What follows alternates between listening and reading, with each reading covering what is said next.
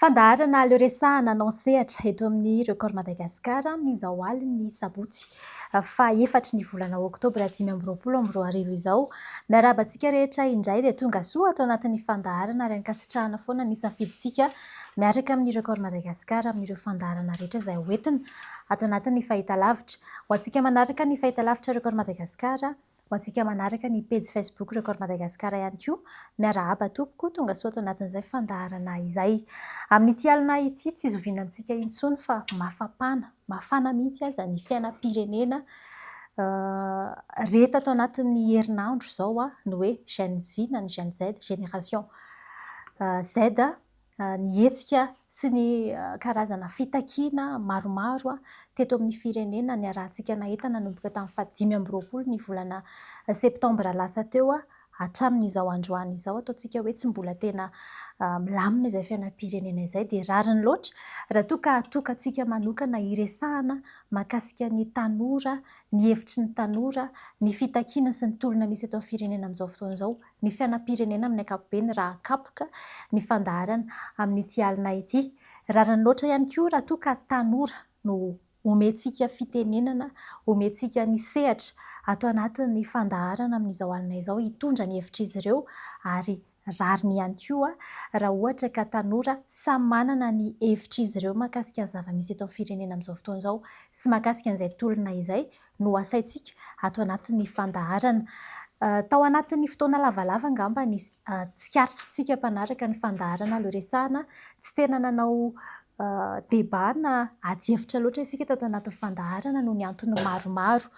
Eo no hoe tsy tena voataiza loatra hiady hevitra ny malagasy amin'ny ankapobeny ary tsy tena mazaka loatra n'izay hoe hevitra samihafa no ampifanankalozina izay ka matetika mazana lasa any amina fifandrohitana, any amina fifamaliana no endrik'izay ady hevitra izay. Tsy izay anefa ny tanjon'ny fandaharana le resahana fa ny tanjona teto amin'ny fandaharana hatramin'izay dia hoe taizana foana ny mpiaino, ny mpijery sy ny mpaneho hevitra amin'izay hoe hevitra samihafa, samy manana ny heviny, samy afaka miteny kanefa afaka mifampiaino ihany koa dia samy mandray ny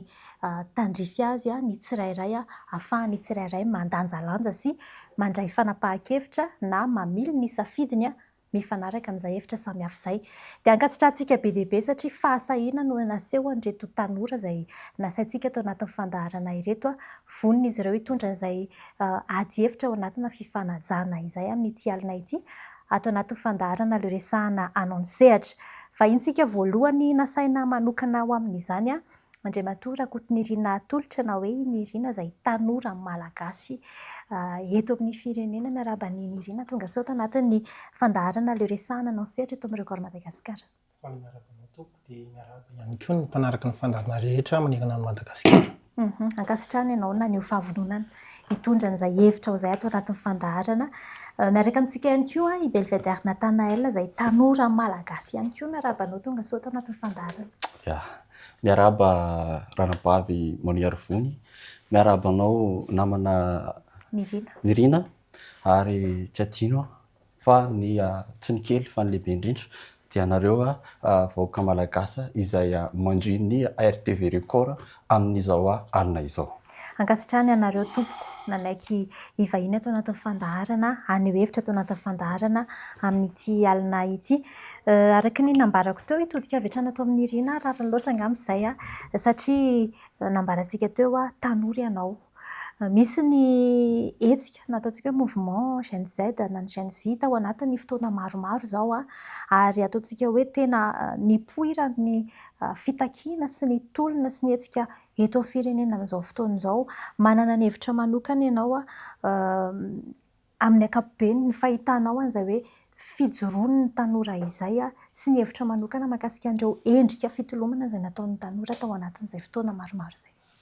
Misaotra anao nameny fitenena. Ity am-piandohana dia mamerina ihany arahaba ho antsika vahoaka malagasy rehetrarehetra, ny tanora, ny rehetrarehetra. Ny fahitako ny momba ny tolona izay ho ataon'ny tanora ankehitriny. Rariny loatra ilay izy ary tena rariny satria tena tsapa hoe lalipaka loatra ny fantrany malagasy. Mino aho fa tsy za rery angamba no mahatsapa an'izany.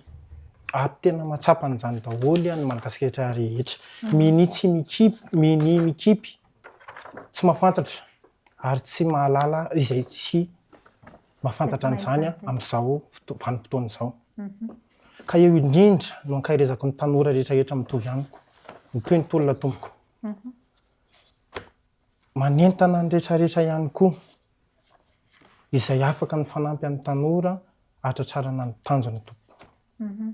Ianao momba n'izay hetsika izay satria nambaranao teo hoe rariny loatra ny fitakiana sy ny fijoroan'ny tanora manoloana ny zava-misy amin'izao fotoana izao. Nanahoana fahitan'ny Nirina n'ilay fomba nitarihana an'ilay tolona ho an'ny Gen Z manokana aloha mbola averimberin'izy ireo hatrany hoe tsy misy mpitarika manokana hoe olona fantatra hoe ianona na ianona no mitarika fa ny tanora amin'ny ankapobeny. Mety ho lafy tsara n'izay fa mety ho lafy ratsiny ihany koa ny fahitanao ny fizotry ny tolona hatreto aminao manokana mety ahafahana mahatratra an'ilay tanjona izay napetraka ve sa misy rafitra tokony ho arindra kokoa ao anatin'izay fitakiana izay? Ny fahitako ny tolona aloha nandritran'izay andro maromaro izay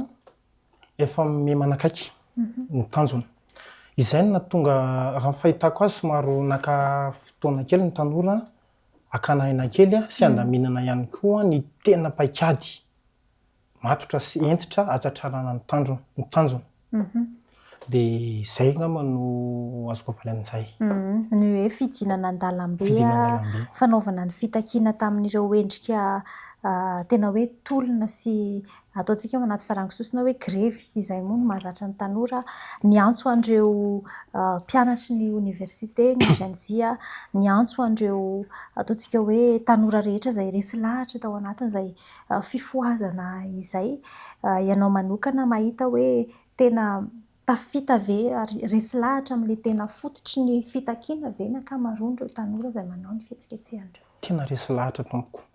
Resy lahatra ny tanora tsy eto Antananarivo irery, tsy ny oniversite irery, fa ny tanora manerana ny Madagasikara tompoko dia tena resy lahatra mihitsy hoe andaontsika hitolona fa efa tsy rariny izao zavatra mianjady amintsika izao. Na ny vidim-piainana, ninona mihitsy. Tsy fantatro namana ato raha mety hoe misy zavatra tsara, tsy miteny hoe tsisy zavatra tsara mihitsy fito amin'ity Madagasikara ity. Araka ilay nitenen'ny namana anankiray mpitolona izay hoe tsy ratsy ny teleferika, tsara ny teleferika tompoko, tena tsara io. Fa ilay sosialim-bahoaka priorité ve? Izay ihany aloha ny bazy rehefa milamina ny sosialim-bahoaka rehetrarehetra, ny sakafo, ny frais, ny essence, ny fahasalamana, ny fampianarana rehetrarehetra, izay ilay sosialim-bahoaka en général zany na asina teleferika juskany an-danitra tsy tokony olana mihitsy. Fa fantaro hoe tompoko manao antso avo amin'ny maha-olon-tsotra na tanora, fantaro tompoko hoe inona ny priorité eto amin'ity firenentsika ity. Ampiatrao ny sosialim-bahoaka, tena ataovy maro toerana, omeo asa tompoko izay tanora. Aza vela hoe vita ny bac+5 dia hivarotra fotsiny asanay na tsy fantatro. Tsy hoe ratsy ny mivarotra, fa mba hoe raha nanao resaka droit zahay tamin'ny nanana bac+5 amina droit zahay, aleo izay tompoko tena mba hiasa amin'ny diplôma anananay. Ampiatrao tsara, Andriamatoa Filoha ny teny tamin'izany, tamin'ny propagande tamin'izany. Efa nipetraka tompoko ny planina rehetrarehetra momba ny sosialim-bahoaka, ny resaka jirama, be da be efa vita planina daholo ny zavatra rehetrarehetra. Firy taona aty aoriana tompoko mbola tsy vita planina ilay izy. Tsy tanteraka ilay zavatra nampanantenaina. Aoka aloha hazava tsara fa tsy hoe manohatra bonitolo fotsiny. Tsy izay ilay bazy. Fa kosa mahafantatra hoe mba jerena ihany tompoko ilay izy hoe aiza ilay tena priorité amin'ity Madagasikara antsika ity. Ny ainga indrindra tamina raha somary tsy hivitsika moa iverena antsika dia ny ainga tamin'ny fitakiana hoe jiro sy rano ny hetsiky ny tanora taty aoriana ilay izy ataontsika hoe nandray sehatra goavana kokoa teto amin'ny fiainam-pirenena ary tonga tamin'ny fitakiana ny fialan'ny filoham-pirenena. Ho resahantsika ny mahakasika an'izay rehefa avy eo fa hivadika ato amin'ny Natanael amin'izay ahako ny Ny tenin'ny heviny teo nirina mahakasika an'izay hoe rariny loatra ny fitakian'ny tanora amin'izao fotoana izao. I Natanael efa fantatra ihany tamin'ny faneho-kevitra hatramin'izay fa manohana ny fitondram-panjakana izay mijoro ankehitriny. Ny fahitanao miombon-kevitra amin'ny nirina ve i Natanael ny amin'ny hoe rariny loatra izay fijoroan'ny tanora izay, fa manaona kosa fahitany Natanael ihany koa ny endriky ny fitakiana sy ny endriky ny tondrany ireo tanora izay tolona teny an-kianja izay. Ya, misaotra mamy fitenenana. Ity am-piandohana anjara fitenenako dia mamelay ahy ianareo mianadahy raha toa ka hanao teny fiaraha-miry kely izay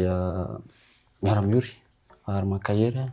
ny fianakaviam-ben'ny eo anivon'ny anteny meram-pirenena Sombrabasy tamin'ny falasan'ny ex panina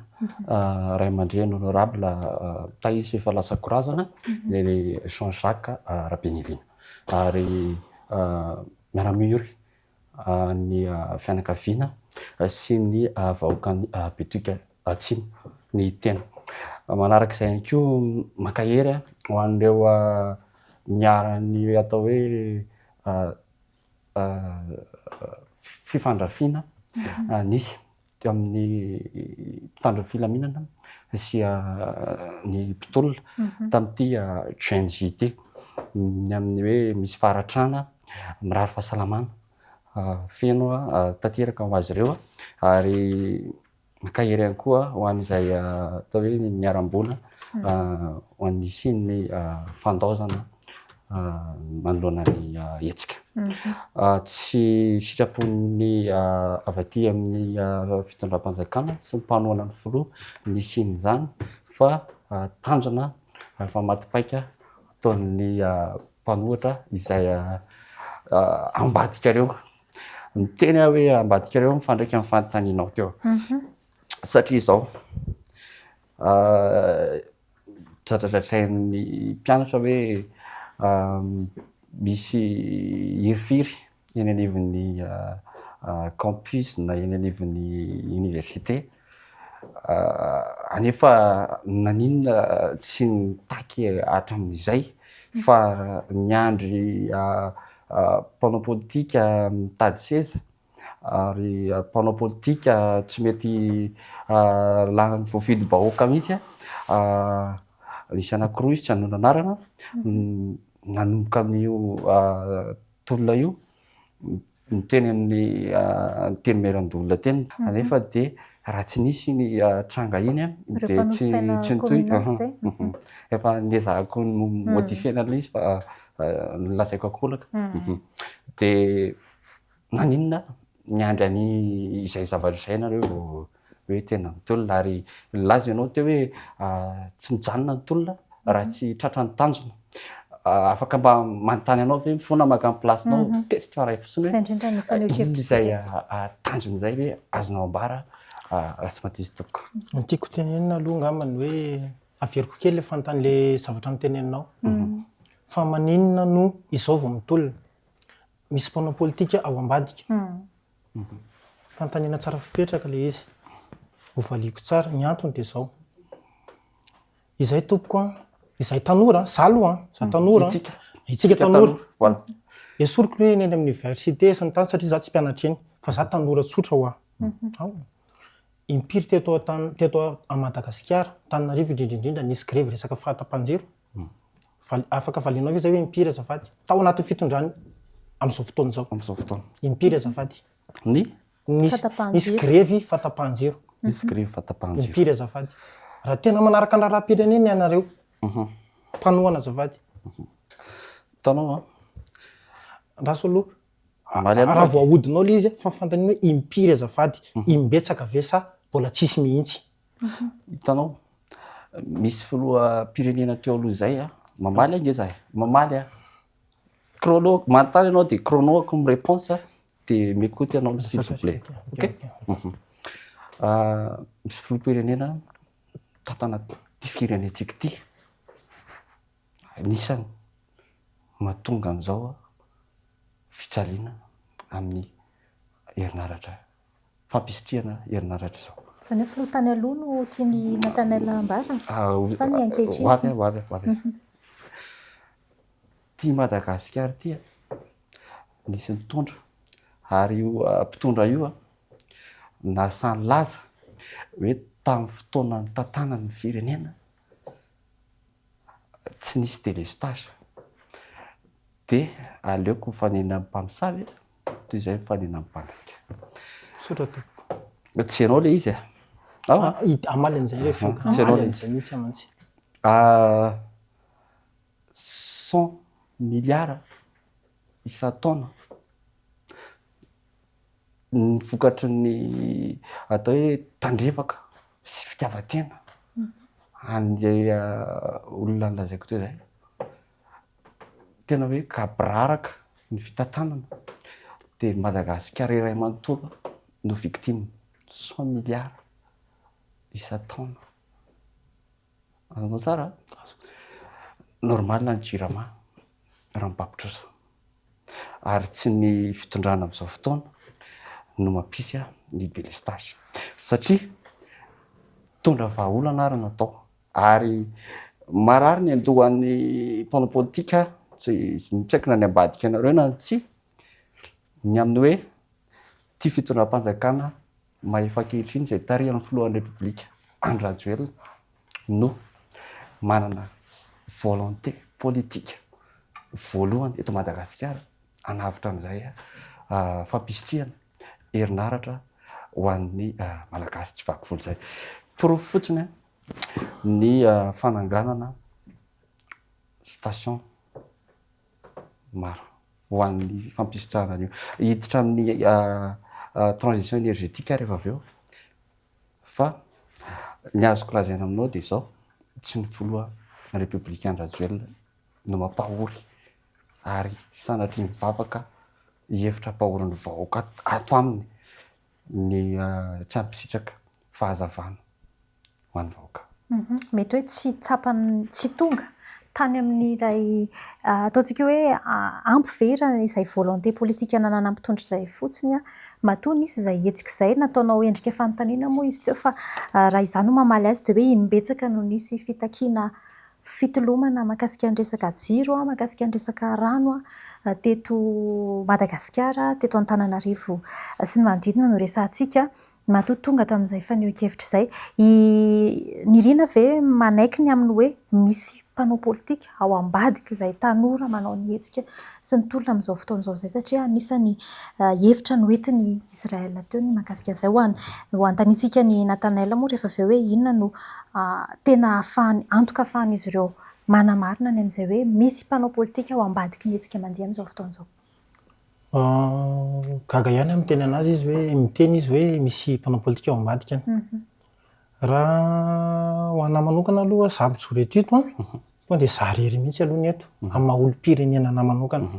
Fa ianao manohana le tolona ny Gen Z tany amin'ny introduction anao teo manohana soratako ato hoe tsy mijanona raha tsy mitohy ny tolona manohana azonao tsara le izy manohana andry zareo fa ny tiako tenenina hoe ianao miteny foana misy mpanao politika ao ambadika misy izao ao ambadika mame profo raha tsy mino ianao afaka aporofonao zay rehefa avy eo ohatra fotsiny mialatsiny manapaka anao ary 29 septembre teo teny Tsiadana rotony Katso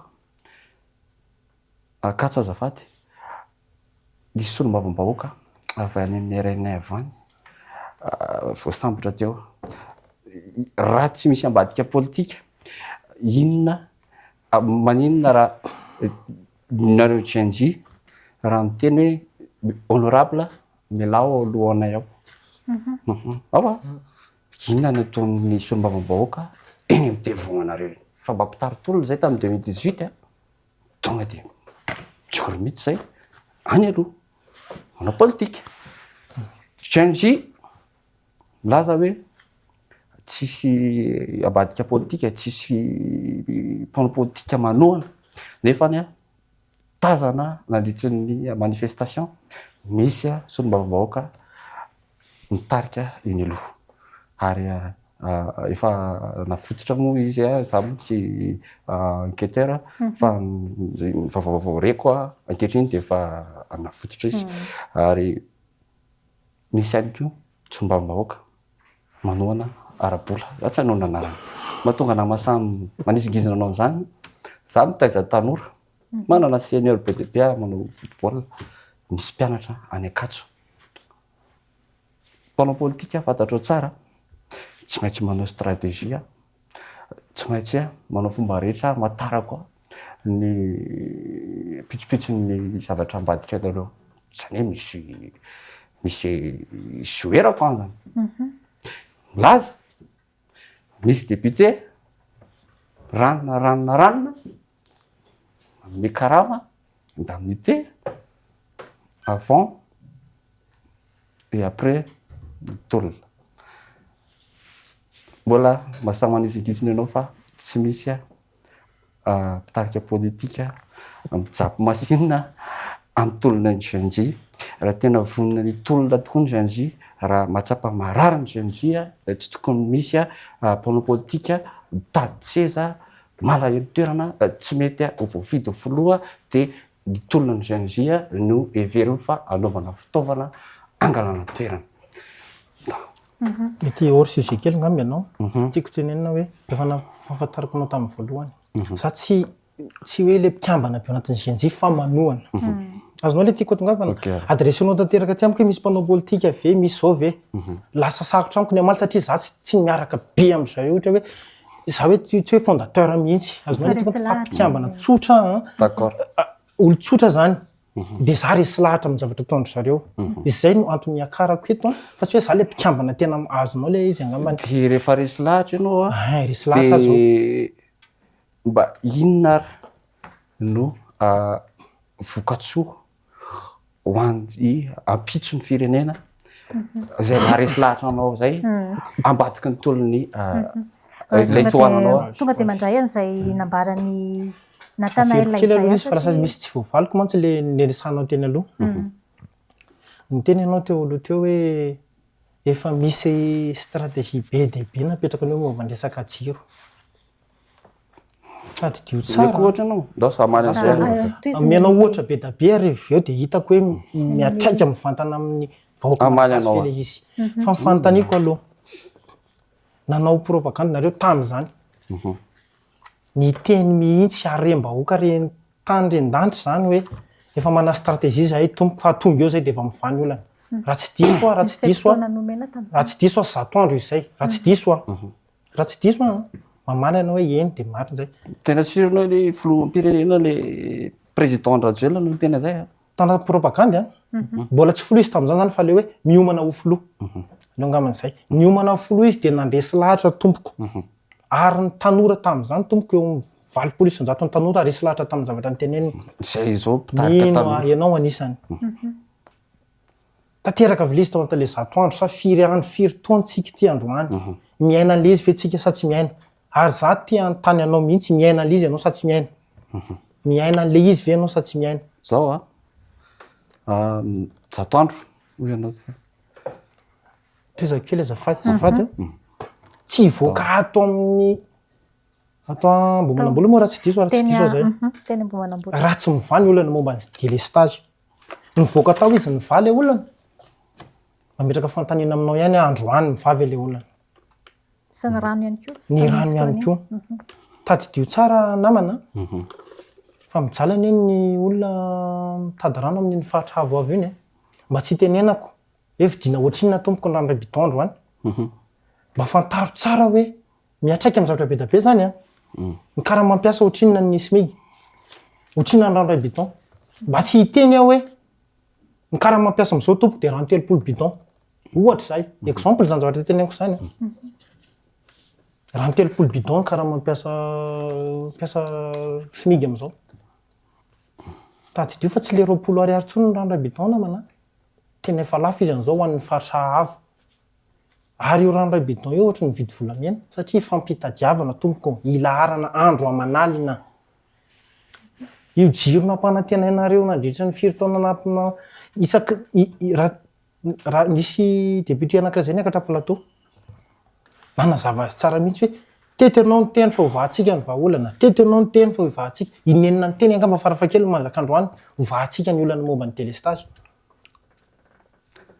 Jaly tompoko voaka malagasy tsy délestage ihany, zay aloha ny fitakin'ny tanora, farany fitakin'ireo syndicat mpiasa, paramedy, firy izy ao nefa manomboka mijoro. Marary ny firenena rahalahy, marary ny firenena. Azo hodinareo tsito zany. Tonga dia tohizako ilay eo fanontaniana amin'ilay syndicat kely vetivety fotsiny a naninona ho aho syndicat zao mitolona kosa izy ianao a efa maro no nanaraka fa naninona hetsika. ny andry le olona mitady seza ambadika politika foana vao miteny mitokona am'izao izy ianao teo azony tsara za koa mahaza miteny aminao fa ny syndicat dia manaraka baiko ny mpanao politika na tiana na tsy tiana manana proof amin'izany tsy avoaka eto. Ny tena tiako amafisina ahoana ny fomba itenenako anazy tena ataoko mahitsy be elana tsiny aminao. Fa io zavatra io foana, io zavatra ataonao io foana, ataonareo io foana vao miamatezitra ny olona eo. Zay zavatra rehetrarehetra atao zany dia presenareo fotsiny zay misy an'izao, misy an'izao, misy an'izao mba anakomana an'le zavatra. Mandeha ny syndicat dia ilay misy ambadika politika. Mitolona ny tanora misy ambadika politika. Satria mahatonga namasamy tena zay mitolona ny tanora misy ambadika politika. Mitolona ny mpivavaka zany dia isy ambadika inona koa. Misy langazina syndicat mijerenao archive ana émission amina hainao manjery rahavavy fa henonao mihitsy misy langage politika zay toiza. Dia miezaka foana zany ianareo miteny hoe zay zavatra rehetrarehetra ataon'ny olona zany fanehoany hoe sady efa tsy avelanareo zany ny olona aneo ny maharary azy, mbola presenareo ihany koa hoe misy ambadika politika ilay izy. Aiza ihany zany tokony ataontsika e. Jereo tsara ianao miteny teo aloha teo ohatrany somary nalohana anakely ilay izy fa tsy manina fa ho averiko kely. Ny mpitondra teo aloha, ny mpitondra teo aloha non esory re zany a, esory zany fomba fiteninareo zany tsy mampandroso tsara zany mbola mampilentika atsika. Raha vao ny olona anankiray zany te handrosoka mbola hoe fa tsy izy izy zay. Aleo ny any a fa matonareo nandray ny fitondrana io efa ny stratégie tao izy. Donc zany raha vao nitotona teo amin'ny fitondrana nareo androany nametraka 100 andro nareo tokony efa misy zavatra tena miova. Tonga tao amin'ny fitondrana nefa 100 andro firy taona afaka mamaly ny olona rehetrarehetra manerana Madagasikara amin'ity zavatra teneniko androany ity hoe nisy fiovana ve tompoko tamin'izy nitondra. Androany izy nanomboka nitondra jusk'androantsika itenenantsika nisy ny fiovana fa nipaka tamin'le social bahoaka ve sy ilay lara-pahamena ve. Miala tsiny tonga dia ho tapahako kely avy hatrany satria mitohy amin'izay indrindra ilay misy zavatra tiako valiana kely nambarany teo aloha raha sitraka ao azafady matonareo tonga eo amin'ilay fitondrana izy ianao tokony mitondra vahaolana ny filoham-pirenena izay toanako matoa tonga eo amin'ilay fitondrana araky nambaranao dia nanana ny vahoaka fitokisana matoa nofidiny indray tao anatin'ny premier tour ary tena hoe mitondra résultat concret zany hoe mametraka zava-bita avec résultat palpable mialatsiny amin'ny teny vahiny zany hoe mitondra vokatsoa ihany koa azo tsapahitanana raha tsy misy zay rehetrarehetra zay tany amin'ny tetezamita nitondrana tany amin'ny premier mandat tsy nomeny vahoaka malagasy tsy nofidiny omneny quinquennat faharoa indray filoha noho izany mahasamy teny aminao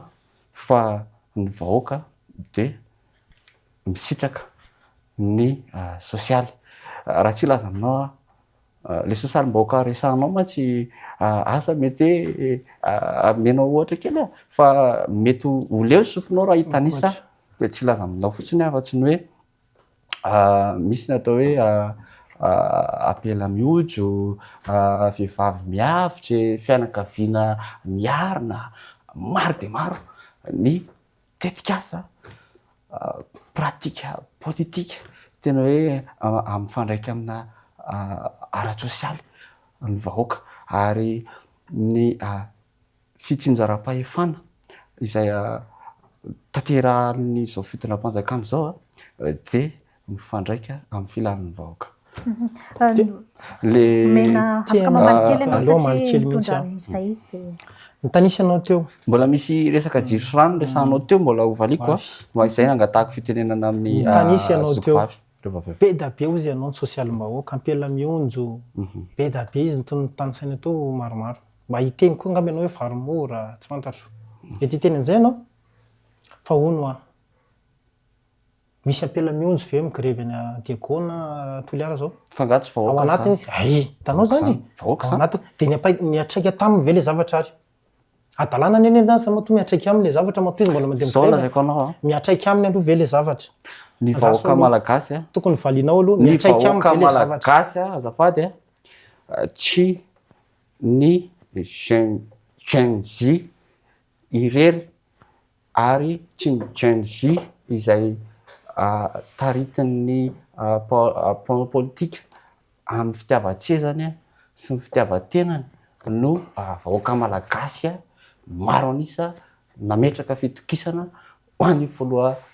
perinasa ankehitriny. Ho raisiko avy hatrany ny rehefa avy antsika hiverina amin'izay fa fahitan'ny Natanael ny vokatry ny hetsika izay notarian'ny Gen Z amin'izao fotoana izao izay mbola mitohy moa amin'izao fotoana izao nambaran'ny namantsika teo hoe tohintolona ary tsy hijanona raha tsy tonga amin'ny tanjon'izy ireo ankoatran'ireo le lafiny sosialy moa efa araka nambarantsika teo hoe efa mitaky ny fialan'ny filoham-pirenena ny fandravana ny anteniran-dolona sy ny sisa ireo Gen Z sy ny mpanao fitakiana amin'izao fotoana izao ireo ny fahitan'ny Natanael ny vokatry ny hetsika efa nataon'ny Gen Z hatreto ho an'ny firenena ohatry ny ahoana ny fahitanao an'izay voalohany aloha misaotra ny fanontaniana tompoko tsy misy olom-pirenena manana tombotsoa amin'ny korotana zavatra mampalahelo dia ny fiainam-bahoaka amin'ny ankapobeny ary ny seha-pihariana ny vahoaka na formel na informel ankehitriny saika victime daholo manoloana an'io hetsika io noho izany amiko manokana rehefa zavatra tsy mitondra soa dia everiko hoe toy ny zava-poana ihany misy farany io hetsika io mahasamy teny amin'izany satria ny tanora surtout ny avaram-pianarana saina ary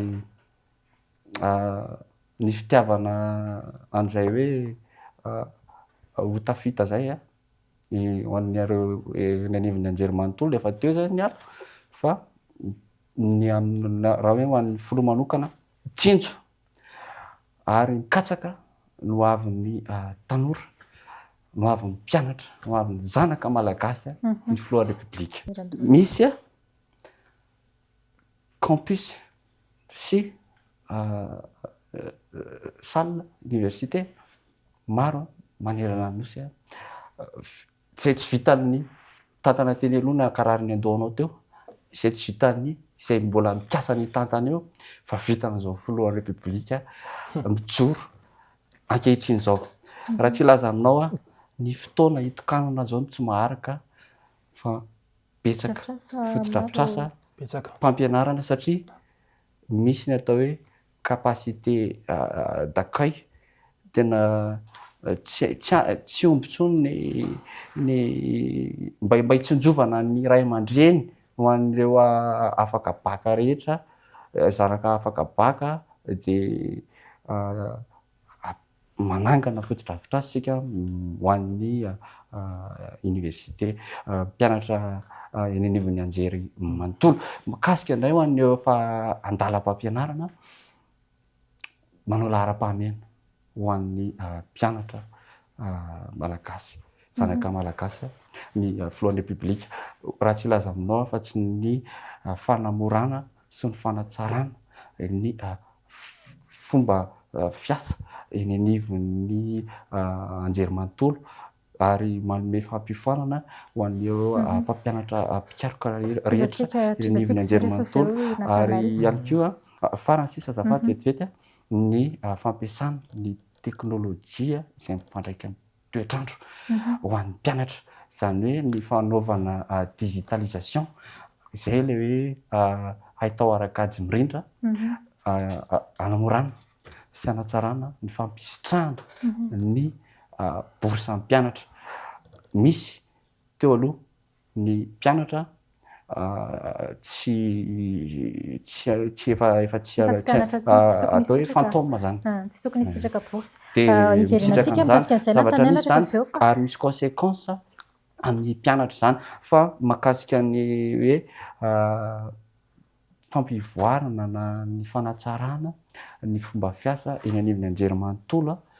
todika amin'izay ny filoha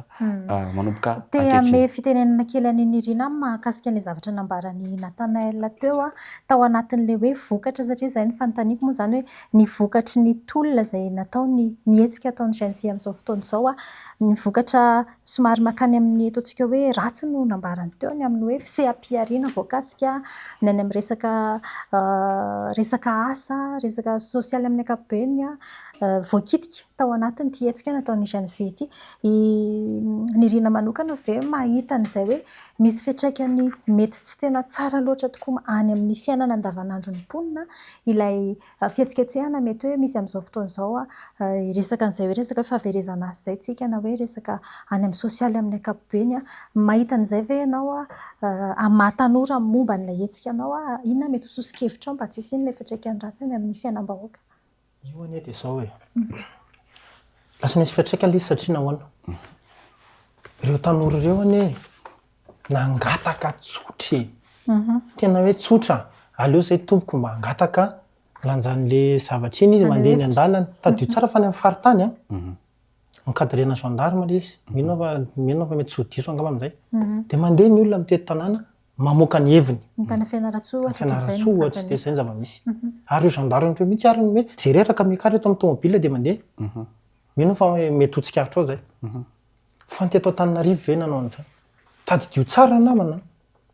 firy zao maratra amin'izao azafady firy maty mety nisy maty mihitsy angamana tsy firy maty ndaso aloha ao ianao miteny hoe matika politika misy mpitarika politika zay foana mantsy ny apetrakareo ary raha voazany foana ny anatin'ny sainareo dia ohatr'izao foana ny ainantsika eto satria izay finiava-tena anareo mba hiaiky hoe tsy mety zay tsy afaka ao aminareo mihitsy zay ary anisany ianao zany raha milaza ny tantara zavatra ny tantara ianao ziska hatramin'ny farany dia tokony efa paradisy Madagasikara azonao le tiako atongavana ohatra ny hoe tsy adalan'ireo olo ireo zany tokony higrefy adala daholo zany ireo ny avaram-pianarana ozy izy ianao nge misainy tsy misaina zany ireo avaram-pianarana ireo ary be dia be tompoko ny avaram-pianarana manohana n'izao hetsika ataon'ny olona eto Madagasikara zao na ny avy any ivelany na veza tsy misaina ary ve zany ireny petraka aminao fanontaniana tsy misaina ve zany ireny olona ireny sa tena hoe diplôma fotsiny omena anazy fa hoe avaram-pianarana fotsiny ve izy azonao le tiako atongavana ny vokany manaiky izay tompoko fa misy voka-dratsiny io zavatra io dia ireo zao misy tsy anasany aho voaroba hono manontany any namanato raha ohatra misy vary telogony ao an-tranonao mbola andeha akavary any aman'olona ve ianao mariky ny fantrany ireny rahalahy izaho miteny anao tsara mihitsy fa raha ohatra samy milamina ny sosialim-bahoaka tsisy olana na velanareo angataka tsotra ny tanora tsy izay mety hiara-disy anohana aminy tsisy an'izao zavatra izao tsisy olana io dia rehefa tonga mifangatahany ny tanora sy ny olona rehetrarehetra satria ny vahoaka ny nametraka anareo amin'ny fitondrany fa efa nany amin'ny vahoaka donc zany rehefa miteny ny vahoaka hoe tsy mety tsony ty fa efa naomena ianao ty fa mba alaina indray aloha inona ny tsy hainaiky anareo an'izay azafady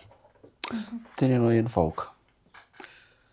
sa hoe mbola tsy vahoaka koa ve re nidiny ireny fa mbola olona ray roa sy telo sy dimanjato sy arivo kely mialohan'ny amaliny Nathanaël te ametraka fantaniana kely amin'ny Irina ihany manohy an'izay valiteninao izay amin'ny hoe mety tena tao anatina fahitsiana tokoa no natonga ny tanora tao anatin'izay hoe tsy nisy ny haino ny fitakiana nandritra ny fotoana marobe efa tonga amina fotoana hoe mitroatra ilay tanora amina fanehoan-kevitra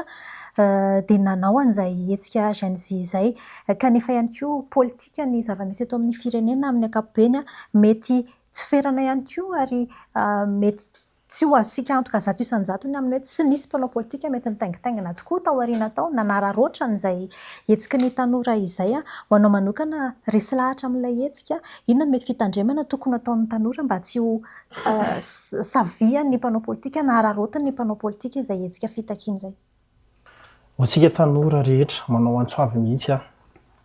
mandinika tsara tsika rehetra vao manao zavatra ary io zavatra io efa navoantsika tamin'ny fifidianana tamin'ny voalohany io itsika tanora mantsy sao dia variana hoe ity zaho ity tanora mitovy antsika dia aleo tia fidiana aleo tompoko izay tena manana foto-kevitra tena tsara sy hitantsika fampiroson'ny firenena no vidintsika amin'ny fifidianana manaraka. Fa raha nirina izany dia mbola miroso mizotra makany amin'ilay hoe hevitra ny amin'ny hoe tokony ho tonga hatrany amin'ny fifidianana ty zava-misy fotoana izao. Satria raha za manokana aloha mino fa na ny olona mijery eny an-tokantrano rehetra any ireo olona migrevy ireo diso fanantenana tompoko izay nampiesonina aloha tonga dia mahitsy amin'ny teny nampiesonareo tompoko izahay nampanantenanareo tena zavatra be dia be tsy tanisaina izahay manaiky izay fa hoe tsy maharaka ny fitokanana foto-drafitr'asa teny aminao hoe bildina mora izany ange tsy voavidina mihitsy zany foto-drafitr'asa zany teny aminao hoe nanao fianarana be dia be nareo tompoko nanao université be dia be nareo tompoko misy tala misy anitasy na mbola hitanisy anao dia lanetiny adambaitsika ndraso depuis 2023 mandraka androany raha ho tanisanao daholo zany rehetra zany dia lany fitanisanao zany ny adandray atsika inona ary le vokany mba tanisao ny vokany mba tokony ho tanisanao amiko fa tsy le zavatra efa vita raha nisy université fitopolo sy roanjato ohatra vitanao teto Madagasikara misy na vita ohatra zany ndraso aloha tsy fahavitany zany ianao mantsy ny hoe fahavitany sy ny fahavitany ndraso zavatsoa ho amin'ny zanaka malagasy ndraso ary aloha ho an'ny fahombiazana fantaniana petrako zanaka malagasy ohatra fantaniana petrako aminao atsoatsy manaiky ary zany zay tena manaiky za misy manokana zavatra nambaranao teo tiako valiana ndraso kely aloha reviona mamaly an'iny manaiky ianao manaiky manaiky zany za hoe nanana foto-drafitr'asa be dia be ianareo université fonja moa efa iny mazava ho azy ny EPP ny lycée tsy fantatro fa hono ireo mpianatra avoaka université ireo zao makaizy izy amin'izao makaizy izy tompoko mba mila valy mafapo zahay makaizy izy fa tsy miana afaka ny aorianan'ny fianarana anie zany ohatra mameo anankiray taizina nanao université ray ary mba fantatrao ve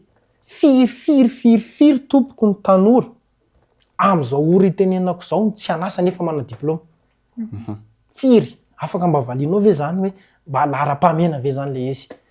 nareo ny teny tany am-boalohany famoronana asa tena aiza zany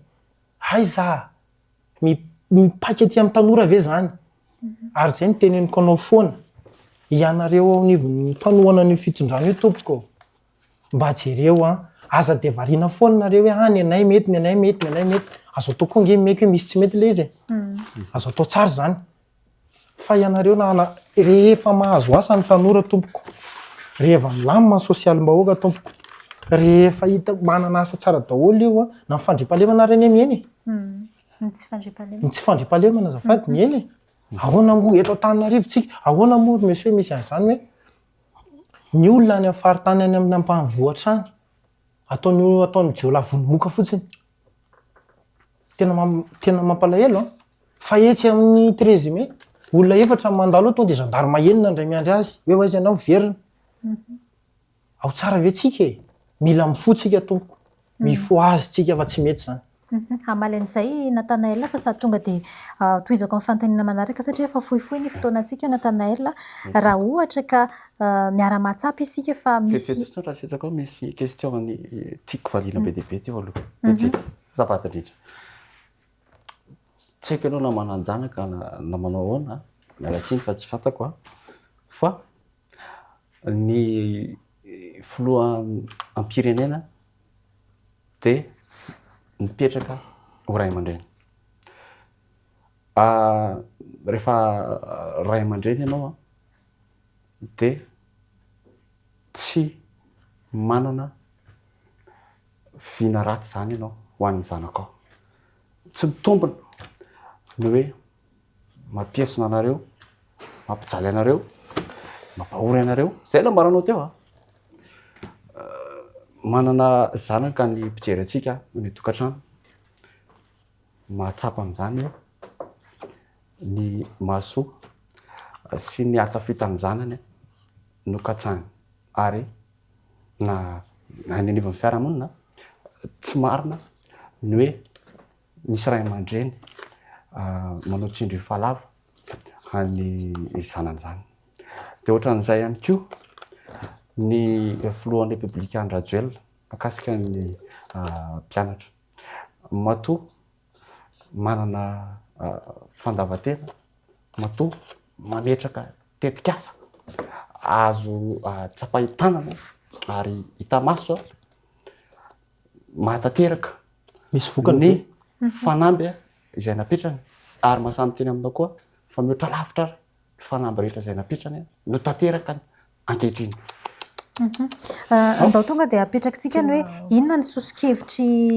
sosikevitry Natanael raha ohatra ka hoe anohy ny fitakiana izay averiko hoe mety niainga tany amin'izay tena hoe naharary azy ireo izay ny tanora nanao an'izay hetsika izay saingy mety nisy mpanao politika taty ambadika nanararoatra sy nitaingana izay hetsiky ny tanora izay. Inona sosikevitry Natanael ho an'ireo tanora ireo amin'izao fotoan'izao amin'ny toy ny hetsika fitakiana ho ataon'izy ireo mba ahafahany tonga amin'ilay tanjona izay tiany tratrarina, tsy ho tonga ny amin'ilay hoe kajikajy politika mety efa hany ny mpanao politika aty ambadika. Zavatra mampalahelo dia ary tsy fantatry ny mpianatra, dia mampianatra azy tsy haiko na misy sciences po ohatra anahy eny amin'ny mitokana io na manao ahoana, fa voafandrika ny mpianatra ao anatin'io hetsika io. Satria misy ambadika politika hoy izaho teo mahatonga anareo voafandrika dia izao: ny filohan'ny Repoblika Andry Rajoelina no mitondra firenena ankehitriny, tsy maintsy ataon'ny mpanao politika izay andotoana azy hatramin'ny farany. Ny mpianatra mieritreritra fa mitaky zo sy ny maro samihafa ny tasisainao teo, fa ny amandria mpanao politika anareo dia ny hoe andao nareo korontanina, ampatona anga ianareo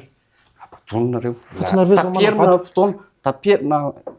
chrono sao tsy nanapaka anao mihitsy teo azafady, ampatona nareo satria izao ireo mpitarika anareo mpanao politika mpijaby train anareo ireo tsy manana viana mpampandrosoana amin'ny lafin'ny fanabeazana zany ireo nankely any masamy minina aminao amin'izany sy ny mpijery azonao. Ary ny fandrika nambarako teo ataon'ny fomba rehetra hanapatona ilay mpianatra. Izao saritina manao grefy,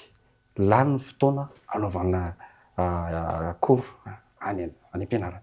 Azonao tsara, rehefa bady nareo dia mirehare izy hoe bady ny mpianatra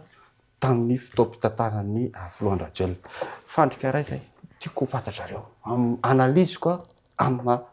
politicien lazaiko anao amin'izay. Manao kely za mahasamy niny aminao fa tsy misy tena hoe mpitarika politika na mpitarika ny jeune manana tombotsoa ambadika ito olona io, afa-tsy ny tentative de coup d'état, ary izay no sahako izingizinana, ary izay no mahatonga an'le Antananarivo nambaranao teo tsisy escorte. Azonao tsara, tsisy fanjakana azo rehiberehibenao, azonao ahongana amin'ny fitiavan-tenanao sy ny amin'ny fitiavanao amelo maso ny atoko politika anao. Jery anareo masamy teny an'izany.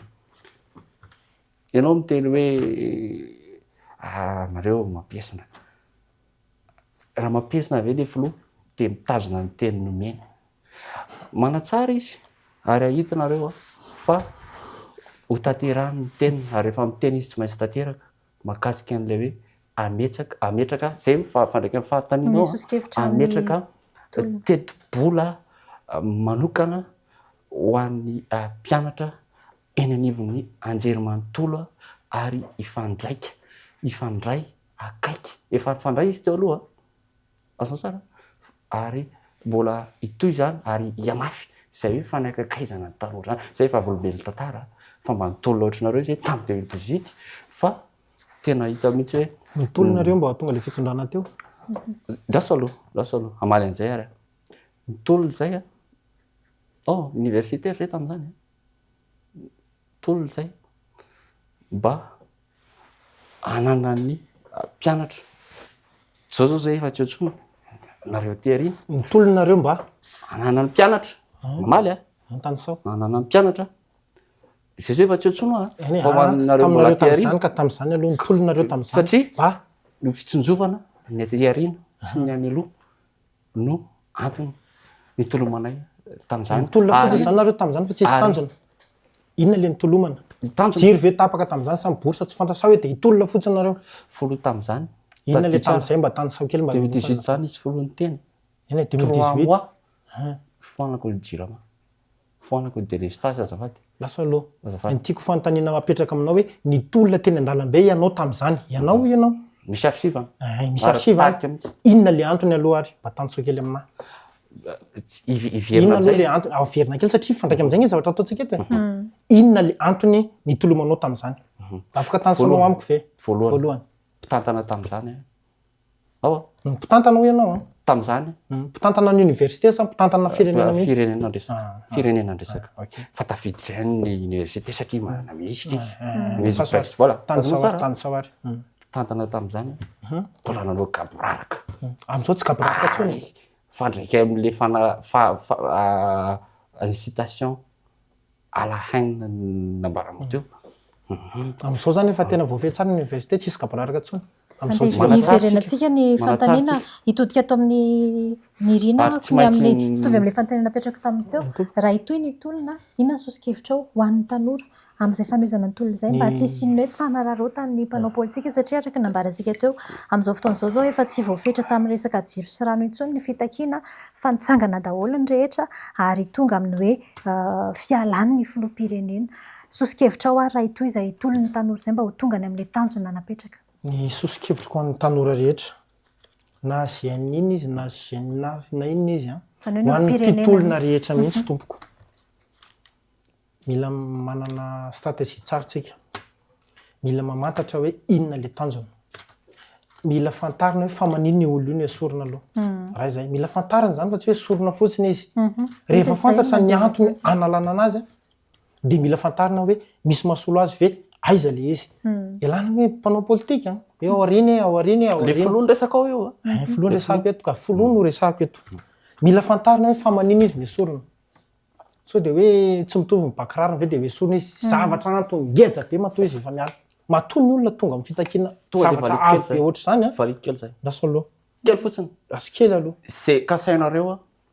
na zay kasain'ny hafa eo ho asolo azy masamy teny an'izany androany tsy misy filoha sacrifiable mihoatra lavitra ny filohan'ny républicain mpanaraka tantara ihany koa tanora fa manaraka tantara tsy te hivelatra be amin'izay fandoka fatenanao zay fa aleo zany hoany ianao rery ianao zao mahatsapa dia mety hoe mpikambana aminao matsapan'izany misy matsapan'izany anie fa tsy manino tsapany le izy fa matoa tompoko ny olona efa maro ny tonga amin'izao sehatra efa avo be ny izy zay tsy sehatra zao fa manina filoham-pirenena manaongana avo be nge zany fa misy antony goavana be ao rahalahy mety eza ho resy lahatra ianao démocratie mety eza ho resy lahatra ianao fa misy antony goavana be ao tsy misy olona mihitsy hoe olona milamina tsara dia ndao higrevy dia esorina fotsiny non adaly zany ianao teo milaza fa hoe sacrifiable manabado aloha manabado ny mpianatra amin'ny mpanao politika dia eto dia miteny atsika rehetra zay manaraka fandarana bado nareo mpianatra zany araka ny teneniny mpanao politika mitarika anareo ambadika anareo andraso aloha bado mpianatra ozy izy ianao satria misy mpanao politika manosika anareo voilà fa raha tsisy zany eo zany zay dia bado daholo zany mpianatra mihetsika rehetra manekana Madagasikara Ianao misy zao mpanao politika mamadika ny tsirairay resaka. daholo zany tsy mamadika resaka fa ny teny anao kosa hoe bato afaka verina Misy- kely ny afaka mamerina manaraka fandarana tsara ny ianao any atokantrano any aminao any de mamarina mamerina miaino anao hoe ny teny marina ianao bado ny mpianatra bado ny mpianatra satria misy mpanao politika mampirisika ozy ianao zany efa miteny any hitanao zay ianao mandika filanao ny olona badona dina dika abadonny mpanao tarika politika politika tadisesa teamelo maso ary tsy mety lany za aloha zao no miteny amin'ny fifidianana ny mpianatra raha tsy mifandimitsika badinareo mpianatra zara mbola namafisinao teo hoe ianao any ny teny hoe manatsaina ny mpianatra de ona mony ekeko hoe zany manabady miteny anao teo hoe bado endraso aloha azaso aloha fa ianao mamadika resaka azafady tsy resy lahatra anao am'zany ahodikodinao zahay ohatrany anaovanareo anay ihany mody ahodikodinareo zahay fa zahay tompoko rehefa miresaka aminay tonga de atao mahitsy fa izao ianao ny teny aleo ary ataoko mahitsy aleo ataoko mahitsy tsy manina diso zany diso zany tsy manina diso zany abadonny mpitarika politika izay mamaty volanareo andamosinareo ao mampanantena zavatra wawawahanareo anefa raha tonga eo izy tsisy ninona tanterany eo fa ity filohan'ny republikany rajuel mahefy mijoro ankehitriny ity ihany no toizatsika amin'ny nirina de sady tsara be daholo ny lafo ny fanabiazana satria dia reharehan'ny afilo zany hoe manana zanaka malagasy avelatsika aloha izy misy fotoana angambany amin'ny fianarana zany manaraka de mafany omena fotoana mihitsy ianao tantarany zany rehetrarehetra zany fotsiny fa androany aloha mbola dievitra ny itsika azonao tsara le izy ianao ny teny teo misy mpanao politika manabado anareo mpianatra iza zany le bado aza hodikodinao le resaka mody safosafonao itsikity iza zany le bado abadona raha manabado anao zany zao de iza zany tokony bado tsy anao zany tokony bado raha manabado abadon'ny mpanao politika mpianatra le mpianatra zany ny bado fandrika ho an'ny mpianatra io avadika fandrika indray le fanabadony bado izy ianao teo fa tsy fandrika misy manaraksika gerzarena tsara zay indrindra efa mamaraparana fandarantsika nirina omeko fitenenana ianao sady ataontsika hoe mamintina raha ny fotoanantsika aloha anatin'ny adin'indray tsy ho vitantsika ny ataontsika hoe hitondra ny hevitra rehetra zay tiantsika hoe tena fandarana inona fa izy fotoana manaraka mbola ahafahantsika mitondra bebe kokoa an'izay fandresen-dahatra izay fa mamaraparana ny fandarana isika raha aminao manokana ny antso ho ataonao ho an'ny rehetra na ho an'ny mpitolona io na ho an'ny mety ho mpitondra io zay antefany izay antso izay ato anatin'ny fandarana amin'ity an'io ity mba ahafahantsika mahita lalana ivoahana amin'izao zava-misy eto amin'ny firenena izao hamarana antsika ny fandarana eto dia manao antso avo atsika rehetra mpitolona rehetrarehetra andaotsika anove ho angatana daholo io zavatra ketreketra io karaha mampiasa ny asa ho an'ny tanora ny jiro sy rano ny sosialim-bahoaka ankapobeny zay ny bazitsika de vitsy zay de mametraka tsika hoe mahay misafidy am'izay zany tsika manaraka fa tsy manaky ampanantenany olona namboarany olona zavatra ngejabe tsika de varina amin'iny de hoe tiako eo aleo tsika tompoko mba tena mino fa nianatra daholo tsika tena nianatra tsika mamakafaky tsika hoe marina ve ny zavatra hotenen'ity olo ity sa afaka 20 taona ny tantarainy androany mbola tsy tanteraka ihany eto manao antsoavantsika ihany koa mitoyntolona mamarana azy Nathanaël ety ampamarana anatin'izay roa minitra zay nisy niatony tolona de izy voakasika ao ny resaka jirosano namesaka vahaolana ny filoha raha tsy laza aminao fa tsy ny tamin'ny 2022 de tafapetraka ny groupe électrogène maro nisy toby mpamokarana zany mpamokarana herinaratra azafady raha tsy teny efa tsy ny tao afarantsana ohatra zay misy ihany koa iny zavatra iny izay fiara-miasa amin'ny fanjakana italiana matoatsika akositen'ny olona amina coopération ohatran'izay de ao le fangararana ao le transparence les bonnes gouvernance ao ary tia malanao fa tia ohatra ray zay ohatra ray zay manaraka. ohatra ray zay betsaka fa ny fotoana vitsy de vitsy manana tetika azy tsika mahakasika ny rano ny tana water free hitanareo eo hoe fa ny asa vita ny fampitsarana ary any amin'ny raha farany tsika de tsara ao amin'ny teniko meloya raha to ka sanatry ny vava totongana ny fiainam-pirenena nefa tsy izy mihitsy zay satria ny filoha republika am'izao zany tsy mitotongana ozy tsy mitotongana tsy mitotongana izy am'izao mitotongana jereo caméra de tenenao vaoaka malagasy hoe tsy mitotongana tompoko ny firenena malagasy am'izao fotoana satria mitenena an'izay ianao tsy mitotongana tsy mitotongana satria manana filoham-pirenena mandray andraikitra manana fanoloran-tena tsy miravitanana ary mitondra vahaolana na vonjy maika na maritra hoan'ny amin'ny fandraika amin'izay olana rehetra misy mamarana farany misy vokany ve nefa zay makasitraka misy vokany ve nefa zay zavatra lekolanina misy ka ny asa vita ny fampitsarana ozy matsyanao teo fa eo tsika mahita izy ary teny aminao fa naiza naiza toerana alehan'ny filoha na pendant ny manifestation de tiany miolona izy ary makatia anazy hatramin'ny farany malagasy ary tena hoe ampiraisany fitiavana ary makasitraka ny mpanaraka atsika ny tokantrano makasitraka anao ihany koa ny adevitra makasitraka ny RTV record tamin'ny fanasana na de tato anatin'ny tsy fahasalamana ary tena mpanetretena tena hoe plein de traitement mihitsy io de tonga ihany namaly ny antso satria tanora ny resaka ary raha vao misy zavatra hoe mahakasika ny filohan'ny republika tsy mandry ny saina fa de manao fomba rehetra natongavako teto ary satria ny antony de io ihany filoha manana ny fitiavana an-tanora ary mampandroso ny firenena ary mankaty an'ny tanora akaiky an'ny tanora mandrakariva ary mikasaka ny hoavin'ny tanora zanaka malagasy mba aleo lasana ho tafita rahatrizay ary afaka mitondra ny fampandrosoana ny firenena mba mandray anjara briksy ny tanora zany rehefa miaraka amin'ny filoha hitanao eo fa efa anao fionana amin'ny tanora izy atoato de